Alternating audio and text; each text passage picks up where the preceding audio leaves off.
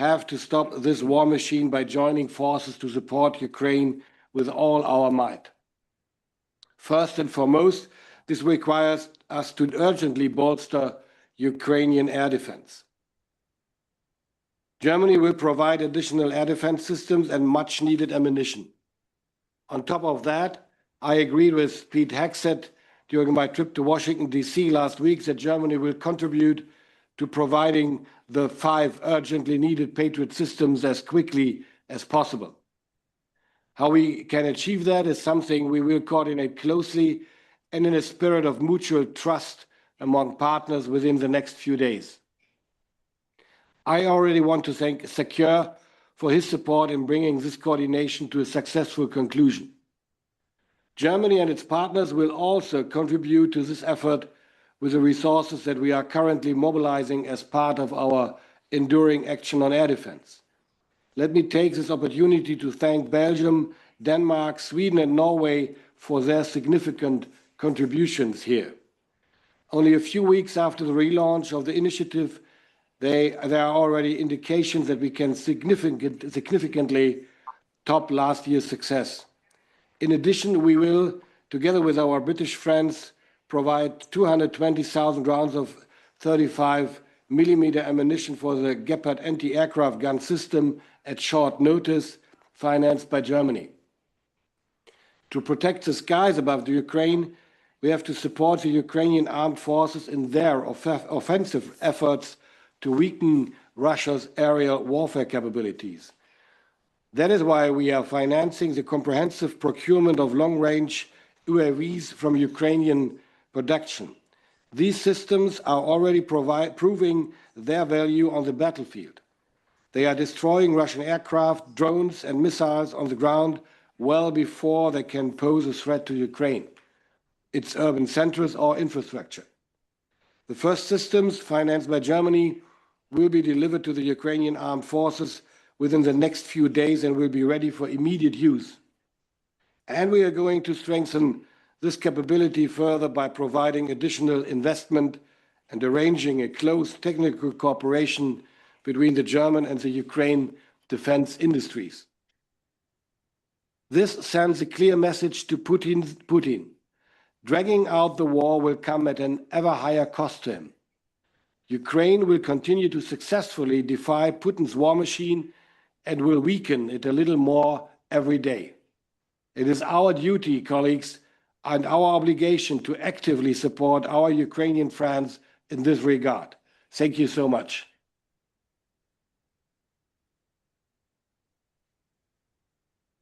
Thank you, Boris. Can I now turn to Dennis and then to Rustem? And after we've heard from them, I will ask the press that are on this call at present to withdraw, and then we'll move into the battlefield update led by General Horbachev. Thank you so much, dear ministers, dear secretaries, dear colleagues and partners, friends. Thank you for supporting Ukraine in our fight for peace. It is an honor to address you today as Ukraine's new Minister of Defense, and I look forward to working closely with all of you. Our partnership is vital to Ukraine's strength and resilience, but before we begin, I would like to invite my colleague, former Minister of Defense, Secretary of National Security Council, Rustem Umerov, to share his remarks. So, Mr. Secretary, dear Rustem, the floor is yours. Thank you very much. Dear colleagues, partners, friends, today marks my 14th and final Ramstein session since I first stood among you in September 2023. It has been one of the greatest honors of my lifetime to represent Ukraine in this forum of unity. Throughout my time as a Minister of Defense, only one purpose has guided my heart: to secure Ukraine's independence and ensure freedom of our people. I've dreamed every day a future where our children grow up without sirens, without fear, where every family feels safe in their own home, because everyone deserves that. Over the last 2 years, we've built more than a defense effort. We've forged a united coalition. We've launched joint production, welcomed your defense companies to Ukraine, and brought our companies to your countries. This is an investment both in security of today and prosperity of the future.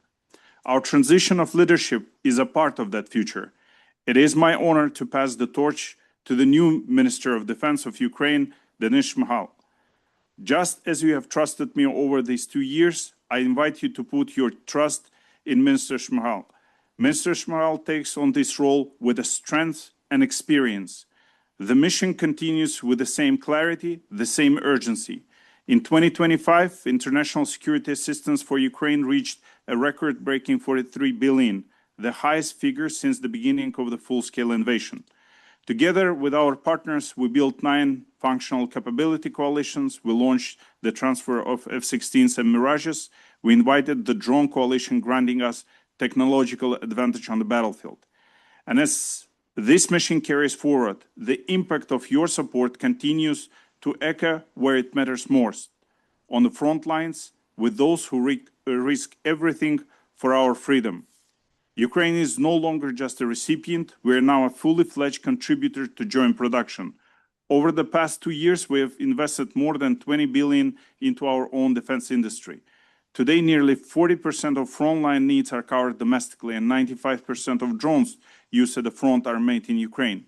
I want you to never forget one thing. Our soldiers in the trenches rely on your support. You kindle fire in the hearts of our warriors. Every shell, every vehicle, every missile sends a message to our servicemen. You're not alone. The free world stands beside you. And that belief, that solidarity, that hope is more powerful than any other weapon. Thanks to Danish model, for the first time ever, our partners directly invested in Ukrainian defense enterprises, bringing in over $4 billion. Together with our allies, we've already delivered more than 20 joint projects. Many others are underway and will yield results very soon. And as I say goodbye to this role, I carry deep pride in what we have built together. And as I transition to my new position as the Secretary of the National Security Council of Ukraine, I know that my country is not walking this path alone. Thank you for your partnership, your leadership, and most of all, your belief in Ukraine. Slava Ukraini. Thank you, dear Rustem, for your kind words. Dear colleagues, as a former Prime Minister of Ukraine, I fully understand the level of responsibility that rests on the Minister of Defense of a nation at war. That is why I want to assure you, dear friends, that transition in the Ministry of Defense will be smooth. Operations will proceed without pause.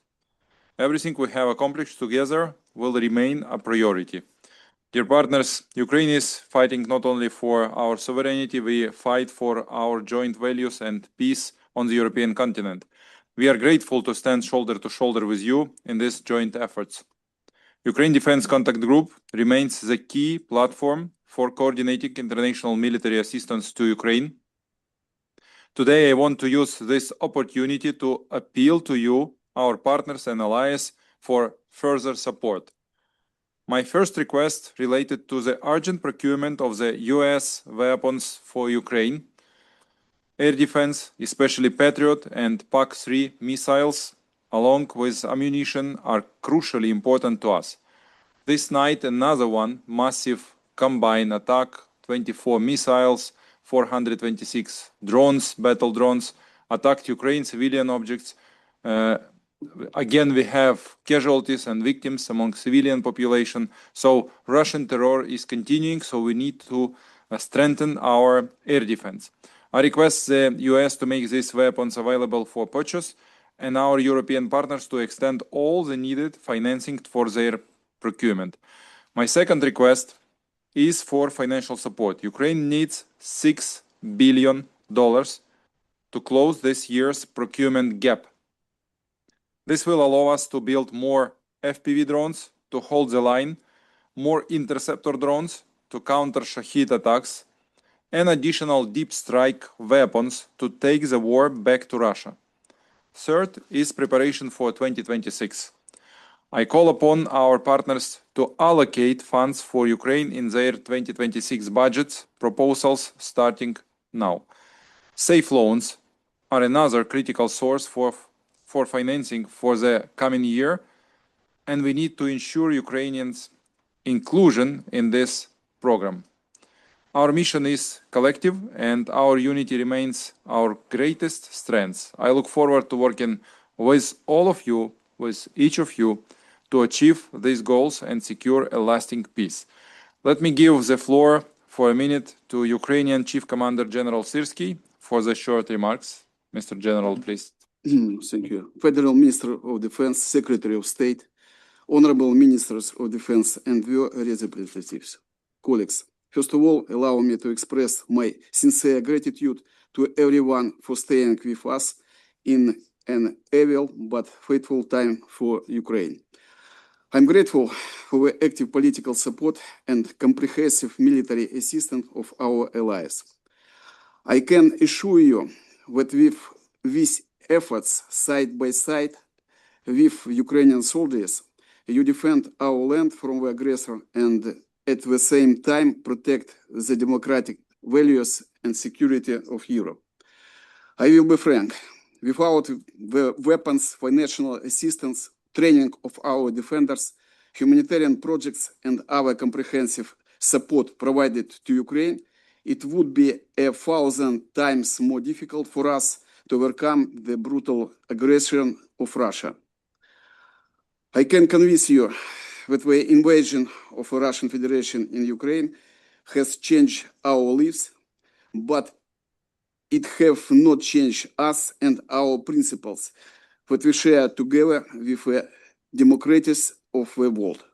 Russians can still kill us, ruin our houses and infrastructure, but they can't defeat our will to freedom and desire to be a part of a Euro-Atlantic community.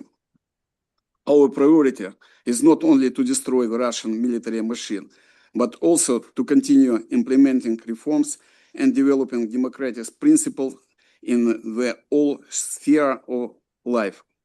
Moreover, we have to save the lives of our civilians and our warriors. For this purpose, I have to call for increasing the assistance to Ukraine once again. We are still critically lacking the air defense systems and missiles for them, the long-range weapons, artillery shells, armed vehicles, evacuation equipment, electronic warfare systems, radars, unmanned systems, and other. I believe we should rely more on each other to achieve greater results together. Only by joint efforts we would stop Russian aggression here and now, thereby making a real impact on history and achieving collective security for the nation of Europe and the world. I look forward to an effective and mutually beneficial meeting and further productive activity in implementing the agreements reached today. Thank you for your attention. Slava Ukraini. Героям слава. Thank you so much, Mr. General. Thank you, dear colleagues. Thank you all. Can I now ask the technicians to say goodbye to the media so that we can move into closed session? And I'm going to hand over to General Adrian Riley, who will facilitate this and the next sessions for the UDCG. Thank you.